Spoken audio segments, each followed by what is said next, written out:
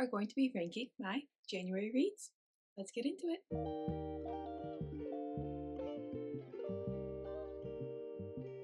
Hello my friends, welcome to my channel. Welcome to this week's Friday book chat. This week we are going to be chatting about my January wrap up. I read probably should count it first.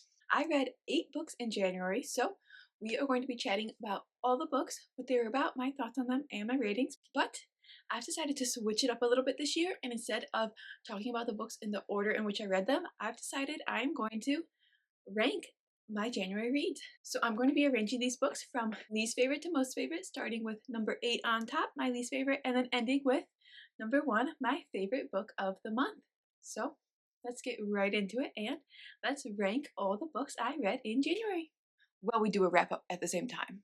It's gonna be so fun. Coming in at number 8 is a book that I feel like is really hard to rate, and it's a little bit of a different one. It's actually a poetry book, and that is The Poetry of Emily Dickinson, and of course it is by Emily Dickinson. This is a collection of poems by Emily Dickinson herself. She was a poet. Of course, the heat's turning on. She was a poet that lived during the 1800s, and this is a collection of her work, her most popular work, and some of the work that she wrote most later in her life. A lot of her work she wrote later in her life, and yeah, this is a collection of her work. I thought this was a really fun read. It was definitely old poetry, so if you're not into old poetry, this is not for you. But if you're into older poetry, if you're into classics like this is such a fun one because I feel like she is such a classic poet, and being able to read some of her work, especially in a fun and beautiful collection like this, was really, really interesting and really, really fun. And yeah, I really enjoyed it. I used it as my morning read, so I woke up and read a few poems every single morning, and it was wonderful. Now this does come in at number 8 because it is just a book of old poetry, so like it comes in at number 8. It is what it is. Now coming in at number 7, funnily enough, is another different type of book, and this is a graphic novel. It is Warriors graphic novel number 2 by Erin Hunter. This is a graphic novel that is based on like cats and is actually based off of children's novels. This is a book that I was book clubbing with my nephew, but let's just say he got really busy with school and he didn't have time to do it. So I finished this up at the beginning of the year because I just wanted to kind of clear the slate with it, and it was really fun. It was really good for a children's graphic novel that was turned into a book. It was interesting. I'm not going to give you too much information about it because it is book 2, but it just follows a cat that was a house cat that becomes a wild cat, a warrior cat, and then it follows the adventures of that cat and his clan and other clans. So it's really interesting, it's really fun, and I would say even though it's like for kids, if you like cats or if you like graphic novels, like anybody could give this a read. It's really, really good. And I do apologize that the heat is on, but I only have so long that my house is quiet to get this done, so I'm doing my best. Oh, sorry middies.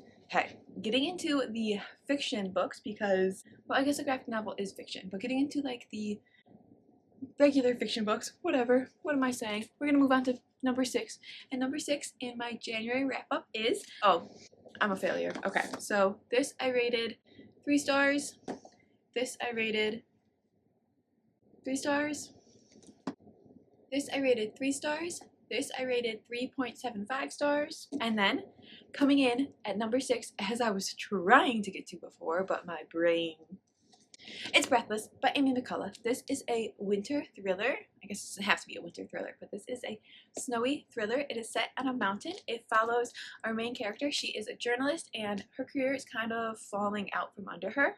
She gets a chance to try and write an article on a mountaineer who is in the middle of a record-setting set of summits this year, and she's given the opportunity to attempt to summit a mountain with him and then get to write a huge story on it, which will make or break her career. And she kind of risks everything on this, including her apartment, her relationship, her entire life.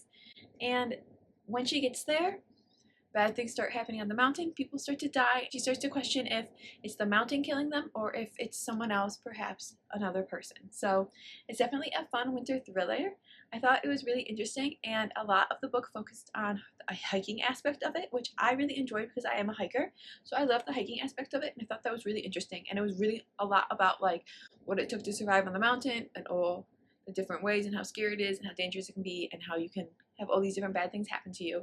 So focus a lot on that, which I feel like personally took a little bit away from the thriller aspect because it made it just a little bit more of like a little bit of a mystery with some spooky chilliness to it, but it wasn't anything like super thrilling or scary. So to me, it was more of like a slight thriller winter mystery on a mountain about hiking. It was really interesting and it's really fun, and if you are looking for a winter thriller, I think this is a fun one, but like I said, it's nothing like outrageous. Something that really disappointed me was the ending. I feel like the ending, I had such a good idea of like how it could have ended. I definitely predicted who it was. I will say this book was pretty predictable. I predicted who it was. I predicted a lot of things that were going to happen, and the ending was disappointing for me. I feel like the reason why everything happened could have been really interesting with one of the things that was talked about a lot in the book. If they had like tied it together, it would have kind of saved it a little bit for me, but they didn't. They made the ending and the reasoning behind it kind of dull to me. So because of that, I ended up giving this a 3 out of 5 stars. It was still interesting. It's still fun. If you're looking for a winter thriller, this is it. But if you love thrillers, I would not recommend this one. And that's why it comes in at number 6 on my January wrap-up. Coming in at number 5 is another thriller, and that is Count My Lies by Sophie Stava. This one was a book that I decided to pick up after DNFing last year, and I'm really, really glad I did because I was very much hooked into this book. This book follows our main character.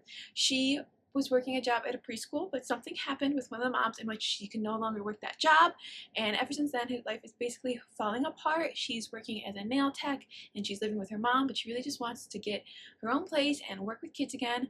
And then something happens where she meets a man at the park with his daughter, and she lies about being a nurse, and one thing leads to another, and next thing she knows, she is nannying for this family. She is friends with the mom, she is connecting with the little girl, and she's getting to know the father better, and all of this just based off of her lies. And that's all I can give you for the synopsis because I do not want to give too much away, but let me just say that this book was really good, and then about the 150-175 point it started to drag, but at the 200 mark point we switch viewpoints and it pulls everything back in, and I was rehooked and I really wanted to know what happened. The twists at the end were twisting. The end was very, very satisfying, and I really, really enjoyed it. And yeah, I loved it. It was not some like crazy like thriller. It was not something super spooky or super outrageous or anything like that, but it was just a really good, satisfying mystery thriller-ish book, and I just really ended up enjoying it. So I ended up rating this 4 out of 5 stars, and I really liked it. If you like thriller novels, I would give this a try. Moving on to number 4 on my January wrap-up, and that is Brimstone by Callie Hart. Brimstone is book number 2 in the Fae and Alchemy series. I believe that's what it's called. It is book number 2 to Quicksilver, and it follows our main character Cyrus as she continues on her adventures, and our male character Kingfisher continues to follow Carrion, and they all go on a bunch of different adventures. I'm not going to talk too much about the plot of this book because it does take from Quicksilver. I don't want to take that away from you guys, but basically it follows a human who is sent into the Fae world, Quicksilver does, and there's a war going on and she gets caught in the middle of it. And then this is a continuation of the story. I feel like this one very much was a bunch of different little adventures that made up the book that I'm hoping leads to a lot of stuff that's going to happen in book number 3. I feel like this one was very much a connector book. It was good, it was interesting, but I feel like a lot of significant stuff happened, but nothing major happened. Like I feel like, well, I mean, like there was some big stuff that happened, but I feel like there was no like crazy things that like happened, and like we were working towards all this stuff, and like no real ending occurred. Like there's of course an ending to the book, but like it's very much open, and there's a lot of loose strings left open. So I feel like this was very much a connector book, trying to link what happened in Quicksilver to what's going to happen in the next book or books, because I just feel like there's just a bunch of different little adventures and little like puzzle pieces that we were given that we needed to figure out in this book, but it wasn't anything that made the book itself like super amazing, because it was a little bit boring. It dragged a little bit. It was very, very long. It was 660 pages, and I feel like it could have been trimmed down, and there was just so many adventures, but it was interesting and it was fun. It was decently spicy. There was some spice in it. It wasn't anything crazy with the spice. I enjoyed the romance, but the romance in book 1 was a lot better. Some things happened to a couple of my favorite characters that made me very upset. So all of that came together to make this a 4 out of 5 stars. It was enjoyable. I will continue the series. I do recommend it if you like fantasy series and you like Fae and that kind of stuff. Give this series a try, but like I said, it did drag. It was very, very long, and I feel like it was very much more of a connector book. Next up, coming in at number 3 is the beginning of a series, and that is Mile High by Liz Tomforte. This is the beginning of the Windy City series, which is a sports romance series set in Chicago, and it is really, really good so far. So this is book number 1. It follows Xander. He is on the Chicago hockey team, and it follows Stevie. She's a flight attendant on his plane. Both these individuals are very much casual. They're very much living their lives, living the fact that they travel and can meet all these different people and loving it. But then they clash together, and it's a big enemies to lover. It's a forbidden romance, and it's really, really good. I absolutely loved it. I feel like there was so many good and sweet scenes, and I liked how the romance developed, and I really enjoyed the characters, and I really enjoyed the side characters, and I love the sports romance of it. Though I will say there was not too much sports in this romance. Like, it was a sports romance. He did work for a hockey team, and she did work as a flight attendant of the hockey team's plane. So like there was talk of sports and that kind of stuff, but it was not a heavy sports book. It was more so focused on the couples and their life outside of the sport and like what they did on the time outside of work. But it was of course mentioned, but it was really fun. It had me giggling, it had me smiling, it had me enjoying it, and I really loved it. There was some decent spice in it, so it is spicy. It's not like intense heavy spice, but there is some decent spice in it, so I'd say it's probably like a 3 out of 5 on spiciness. And yeah, I really ended up enjoying this one. I gave it a 4 out of 5 stars, and I loved it. If you like romance, if you like spice, if you like sports romance, yeah, you need to give this series. I can't believe this series took me so long to try. I get the hype for it because I love it. I love this series. I love it. Which brings me to number 2 on my list, which it's number 2 in the series. It is The Right Move by Liz Tomforte. This is number 2 in the Windy City series, and yeah, I like this better than Mile High. Just slightly. I enjoyed Mile High. I feel like a lot of people don't love Mile High from what I can tell. I did like Mile High, but this one I just liked a little bit more. I feel like the romance was just sweeter, and you got to watch it grow a little bit more, and there was so much yearning. I'm a yearning girl, so there is so much yearning in this book, and I love this. This one had a lot more sports in it, so for sports romance, this one had a lot more focus on the sports of it. It follows our male main character. His name is Ryan. He is the captain of the Devils, which is Chicago's NBA team, basketball. And then Indy, she is best friends with the main character from book number 1, and she also works as a flight attendant on the hockey team's plane. So she doesn't work with him. So in this one, they work together. But in this one, they do not work together. But he is. Oh, so.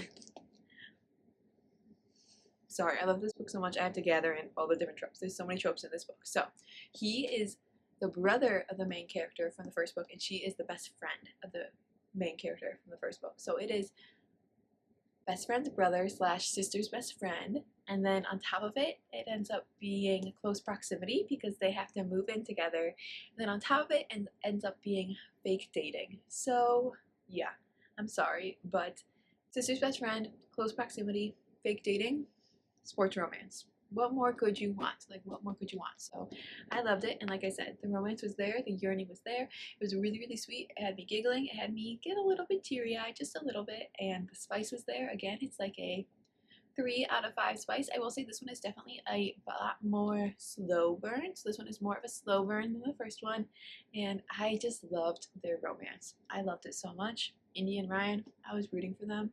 I love this series, and I cannot wait to read book number 3, and that is why this one comes in at number 2 for my January TBR. And last but not least on my January TBR is, wow, thank you, Heat, for turning off just in time. But I guess you guys get to hear this one nice and clear. It is The Rose Bargain by Sasha Payton Smith.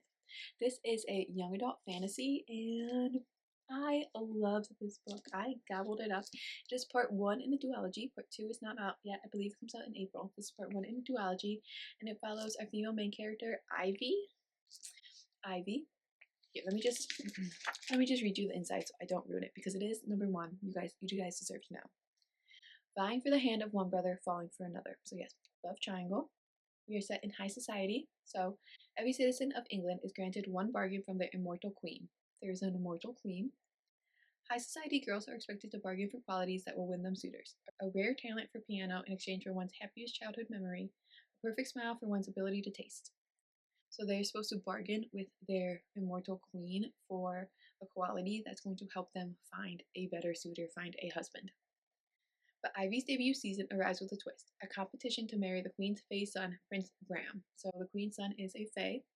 It's a prize that could save Ivy's family from ruin and free her older sister from the bargain that destroyed her.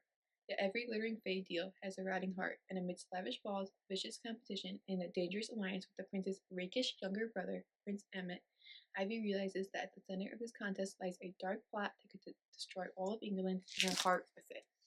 So when I first read that, I was like, yeah, it's gonna be cute, it's gonna be sweet, it's gonna be a young adult romantasy, but the more I read it, the more I was just like obsessed. And then the end, there were so many twists that I did not expect. Like, typically I can expect and predict what most twists are gonna be or what they're gonna kind of be along the lines of, but there was a couple twist after twist after twist that I do not expect. And yeah, I really enjoyed that. So I absolutely love this book. I gobbled it up.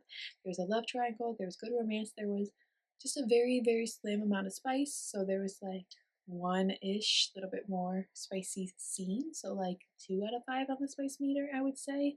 So a little bit of spice, but not much spice. And it was really, really good and it was really, really sweet. And I just loved the world they were in. It just sounded so glittery and so amazing. And yeah, I absolutely loved it. And that is why The Rose Bargain comes in at #1 for my favorite book that I read in January. It was just so good. Let us do a quick recap. #8, The Poetry of Emily Dickinson. #7, Warriors. #6, Breathless. #5, Count My Lies. #4, Brimstone. #3, Mile High. #2, The Right Move. And at #1, my favorite read of January, The Rose Bargain, which I guess is my favorite read this year so far. So, love The Rose Bargain. And yeah, every other book this month was actually decently good too. I'll say I did not hate any of the books. They all got 3 or higher, which for me, 3 means good. So every single book I read in January was good or better. So start off the year really strong, and I'm excited to keep it going. With that, I want to thank you guys so much for being here. I'd love to hear what books you read in January, and if you have a top 3, let me know down below. Sorry, I look awkward. I'm holding all my books. Let me know down below, and yeah, make sure you like and subscribe as I post content all the time. I hope you guys had a wonderful January and your February is off to a fantastic start. Live well, read some books, go to Scout, my friends.